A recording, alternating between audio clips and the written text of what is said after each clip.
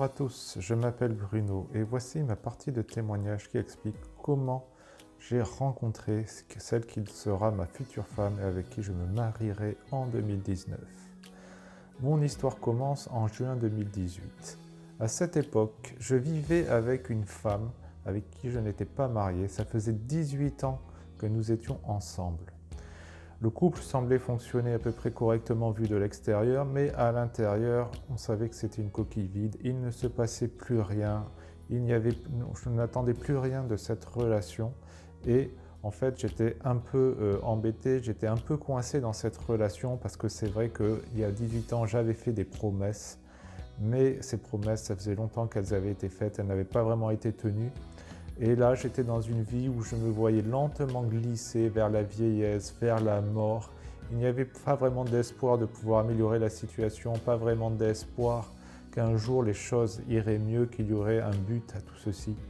Et donc c'était ça ma situation quand, en juin 2018, il s'est passé quelque chose. Les choses ont commencé à bouger dans ma vie. J'ai reçu un besoin, j'ai senti un besoin de changement, un appel.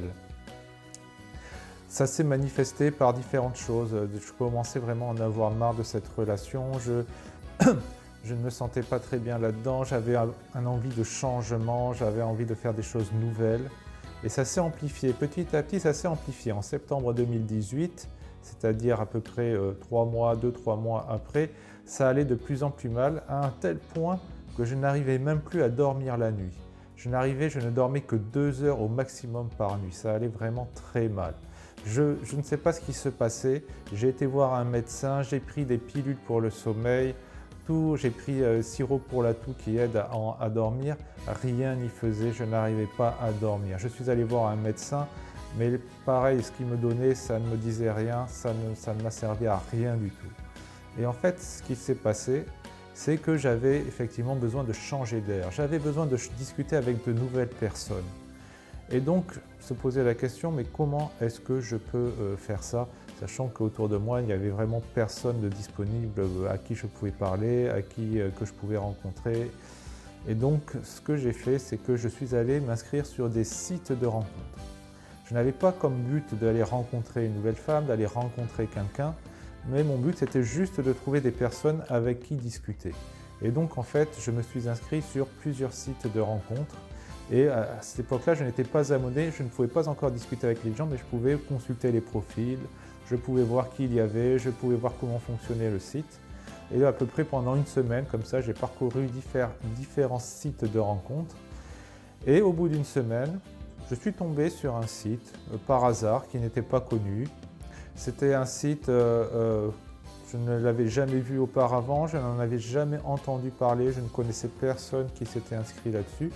Mais je ne sais pas, ce site, il était attirant parce qu'il y avait des profils intéressants, ça semblait assez dynamique, il y avait des gens qui semblaient s'inscrire assez nombreux. Donc je me suis dit, tiens, ça peut être intéressant, c'est là qu'il faut que j'aille. Et donc j'ai décidé de prendre un abonnement sur ce site de rencontre. Et à partir de ce moment, j'ai commencé à discuter avec différentes femmes comme ça. En tout bien tout honneur, je n'avais pas spécialement en tête de faire des rencontres. Il y avait des femmes qui étaient relativement sympathiques, avec qui je discutais bien, mais il n'y avait non plus rien de transcendant, il n'y avait rien non plus qui m'attirait plus particulièrement. Et donc là, j'ai fait comme ça pendant plusieurs jours sur ce site, à discuter avec différentes femmes que j'essayais de contacter, qui me répondaient, toutes ne me répondaient pas. Jusqu'à un matin, c'était un jeudi, je m'en souviens très bien, et j'ai commencé effectivement, je suis tombé sur un profil avec une femme qui avait un visage pétillant. Et j'ai envoyé un message comme ça par inspiration, juste pour voir. Je ne pensais pas recevoir de réponse, mais bon, je me suis dit, qui ne tente rien n'a rien. Et à ma grande surprise, j'ai eu une réponse, et même une réponse assez rapidement. Et c'est comme ça qu'on a commencé à discuter ce jeudi. Mais on n'a pas pu discuter pendant longtemps parce que c'était le matin, je devais travailler, elle aussi d'ailleurs de son côté, et donc on s'est interrompu. Mais la discussion a repris en fin de matinée, juste avant au moment de la pause de midi, et puis ça a repris après, plus tard dans la journée, avant de rentrer à la maison, puis le soir après le repas. Et c'était quelqu'un qui semblait toujours disponible pour discuter. À n'importe quel moment, je venais me connecter, je lui écrivais, elle me répondait. C'était assez étonnant. Emma était vraiment une femme étonnante. Et en plus de toujours répondre, elle avait toujours ce que j'ai appelé avoir la bonne réponse. Savoir la réponse juste, la réponse que j'attendais, la réponse qui me touchait. C'était assez inhabituel de tomber sur ce genre de femme. Et donc on a continué à discuter, on partageait beaucoup de choses en fait. On avait travaillé des endroits assez similaires, assez proches, on avait fait des choses assez similaires, elle s'intéressait au jardinage, elle s'intéressait à pas mal de choses, elle semblait posséder des valeurs assez proches des miennes. C'était très surprenant. C'était très surprenant parce que moi je m'étais dit que si un jour je devais rechercher une nouvelle femme, je pensais que ça allait me prendre extrêmement longtemps avant de retrouver quelqu'un qui puisse me correspondre, parce que je suis quelqu'un d'assez difficile. Donc je me disais, moi il me faudra au moins 1 an si je veux rencontrer quelqu'un de nouveau pour trouver quelqu'un qui me corresponde, qui me plaise. Et là, ça faisait juste quelques jours que je discutais et je tombais sur quelqu'un qui semblait correspondre en tout point à ce que j'aimerais avoir, à la femme que j'aurais aimé avoir. Et donc nous avons continué à discuter ensuite pendant tout le week-end, et à la fin de ce week-end, il y avait une évidence. Une évidence, c'était que je devais absolument rencontrer Emma. Je devais la rencontrer au moins pour une chose, c'était pour voir si en vrai, elle était vraiment celle qu'elle semblait être derrière nos discussions, derrière l'écran. Et donc rien que pour ça, je l'ai invitée, je lui ai donné un rendez-vous et donc on a fixé le mercredi suivant pour se rencontrer. En effet, on n'a pas pu faire ça avant parce que, à cette époque, je ne savais pas pourquoi, les mardis, les vendredis, c'était déjà pris. Elle ne pouvait pas, donc on a fixé ça au mercredi.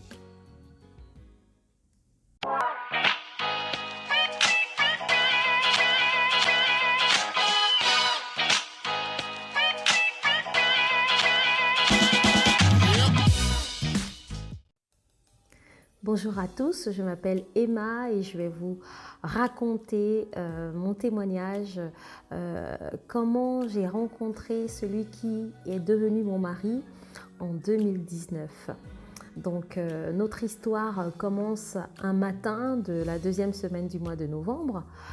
Je décide de faire de nouvelles connaissances amicales en fait parce que j'ai déménagé dans un nouveau département en Île-de-France. Donc c'est une période où la vie suit son cours. J'ai ma fille qui est arrivée en France, donc ce n'était pas facile, mais tout est rentré dans l'ordre. Donc finalement, au lieu de m'inscrire sur des sites de rencontres amicales, je finirai dans un site de rencontres amoureuses que je ne connais pas du tout. Je n'ai même pas pris le temps ce jour-là de me renseigner sur ce site. Je me suis inscrite en fait, j'étais comme poussée par quelque chose qui me disait vas-y, va jusqu'au bout. Donc je me suis inscrite, j'ai mis une première photo et j'ai commencé à être contactée en fait par plusieurs personnes. Plusieurs personnes vont me contacter ce jour-là et les jours qui suivront, mais sans plus pour moi en fait. Parce que je suis très sélectif aussi, on sait bien que dans ces sites, il y a de tout, donc il y a des cas, voilà, donc je faisais vraiment attention au profil, aux personnes avec qui je discutais pendant ces premiers jours-là. Et ensuite, un matin, un monsieur me contacte avec un message tout simple en me demandant si je voulais faire connaissance. Et je répondrai favorablement, mais sans plus en fait, à ce moment-là. À chacune de ces phrases, il mettait des blagues, et c'est quelque chose franchement que je n'aime pas beaucoup. En plus, il y a des blagues encore aujourd'hui françaises que je ne comprends pas. L'humour français, des fois, j'ai du mal. Mais j'avais quand même envie de discuter avec cet homme. Donc je commence à trouver agréable de discuter avec lui, mais toujours sur le site. Il y a quelque chose qui se passe en moi à ce moment-là. Après quelques jours de discussion sur le site internet, Bruno me proposera en fait qu'on se rencontre. Et je crois que c'est un jour ou 2 jours plus tard je lui donnerai mon numéro de téléphone au cas où on se ratait, où il y aurait un souci en fait, parce qu'on n'est pas forcément connecté tout le temps sur le site. Donc je lui ai donné à ce moment-là mon numéro de téléphone et nous avions convenu d'un rendez-vous tous les deux dans la ville où j'habitais pour me rassurer, et pour moi c'est sûr que c'était rassurant. Donc voilà.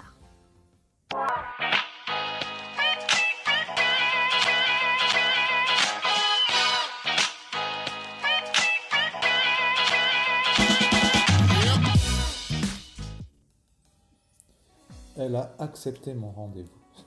Ça, c'était quelque chose que j'attendais, mais je n'étais pas sûr de mon coup, et c'était un immense soulagement et une grande joie quand j'ai reçu son message qui disait « OK ». Nous avions donc pris rendez-vous pour le mercredi, mais j'ai eu affaire à un petit obstacle, c'est que le mardi soir, j'ai reçu un message qui était un message un peu étrange. Elle me demandait est-ce que j'étais sincère dans ma démarche. Il a fallu la rassurer, il a fallu la persuader de me laisser une chance de la voir. Tu verras, que je lui dirai, tu verras, tu me verras, tu pourras me juger et tu te feras ton idée. Le mieux c'est que tu te fasses ton idée par toi-même plutôt que j'essaye de te convaincre avec des arguments. Donc le lendemain soir, nous avons rendez-vous devant la mairie de la ville où elle habitait. Oui, c'est vrai. Je me suis mise sur mon 31. Moi, je suis arrivé un peu en avance. Et là, moi, je suis en avance. Et elle, à ce moment-là, je reçois un message sur mon téléphone qui me dit qu'elle sera en retard. Et c'est quelque chose qui m'arrive vraiment très rarement. J'aime être à l'heure, quitte à être en avance. Mais ce soir-là, je sais pas. Mais en tout cas, j'ai pris mon temps pour bien me pomponner, bien me mettre sur mon 31 sous le regard de ma fille. Donc moi j'ai eu le temps de faire un petit tour dans cette ville que je ne connaissais pas. Voilà, ça m'a permis le temps de découvrir un peu l'endroit. Et je l'aperçois au moment où je reviens vers la mairie, après mon petit tour, je l'aperçois de loin. Waouh, elle a fait des efforts vestimentaires, hein. Elle a même mis des talons, dites-moi. C'est quelque chose. Hein. Mais monsieur ne savait pas que j'ai l'habitude de porter des talons et que je suis souvent sur mon 31. Et donc moi quand je l'aperçois, bon, je le vois. Déjà je ne le trouve pas très grand parce que je me suis fait une idée et en plus dans nos conversations, monsieur m'avait parlé de sa grande taille, de sa hauteur. Donc bon, je ne le trouve pas très grand comme je l'imaginais et il est mince. Bon, mais bon, je ne m'arrête pas à ces critères secondaires. Je veux en savoir plus, bien sûr. Bon, 1m81, c'est quand même pas si petit que ça, mais c'est vrai que j'avais parlé de ma taille, mais c'était sous une forme humoristique, mais j'apprendrai plus tard que madame ne comprend pas toujours bien l'humour français. C'est vrai. Et qu'elle prend souvent les choses au premier degré. Donc elle m'attendait sans doute gigantesque, et ben oui, je suis plutôt grand, mais pas immense non plus. C'est vrai que j'avais quand même mis une paire de bottes assez hautes, donc du coup j'étais un peu plus proche de tes oreilles. Nous décidons de partir à la recherche d'un restaurant. Et l'endroit à la mode, c'est d'aller sur les quais. Nous voilà partis sur les quais. Et on va parcourir ces quais. Moi je vous dis, on va bien apprendre à les connaître ces quais. Parce que pour trouver ce restaurant, on va faire au moins un aller, un retour sur tous ces quais. Et on va finir par choisir un restaurant italien. Oui, ce fameux restaurant italien. D'ailleurs, c'est une très bonne adresse. J'aime beaucoup. Et donc, on va se retrouver dans ce restaurant. On va commander. Hein. On va faire notre commande. Madame, je vois tout de suite qu'elle aime bien manger parce qu'elle prend entrée, plat, dessert, verre de vin. Donc c'est une bonne chose pour moi. Moi, j'aime bien les personnes qui sont bons vivants. Moi, je suis plutôt un bon vivant. Et donc, c'est quelque chose qui me rassure. Voilà, je ne vais pas manger tout seul. Oui. Et les conversations s'enchaînent. Hein. On apprend à se connaître. Je parle beaucoup de moi, monsieur aussi, je crois. Voilà, on parle de tout et de rien, en fait, de notre travail. Voilà, quoi. On discute. Et on est je pense qu'on est content d'être là quand même. Alors je disais que j'étais content de voir qu'elle allait bien manger. Par contre, c'est de mon côté que ça va bloquer. Pour une raison que je ne m'explique Oui. toujours pas, Oui. je n'ai pas pu avaler grand-chose durant cette soirée. J'ai peut-être mangé 3 bouchées de mon entrée, une bouchée de mon plat principal, j'ai bu une gorgée de verre de vin et rien d'autre. Impossible, ça ne veut pas rentrer, j'ai l'estomac noué. Je vais au WC, ça n'aide pas. Je ne sais pas ce qui se passe, pourtant je ne suis pas stressé. Tout va bien. T'es sûr que t'étais pas stressée, Tout chérie? se passe bien, mais j'ai un blocage. J'ai quelque chose qui ne m'est jamais arrivé. Oui, c'est vrai. Moi, je ne comprenais pas aussi ce qui se passait. Moi, ce jour-là, j'ai mangé mon entrée et mon plat aussi. Du coup, comme monsieur n'avait pas Et une partie du très mien faim, aussi. oui, une partie du tien, ah oui, Un petit peu, oui. un petit peu.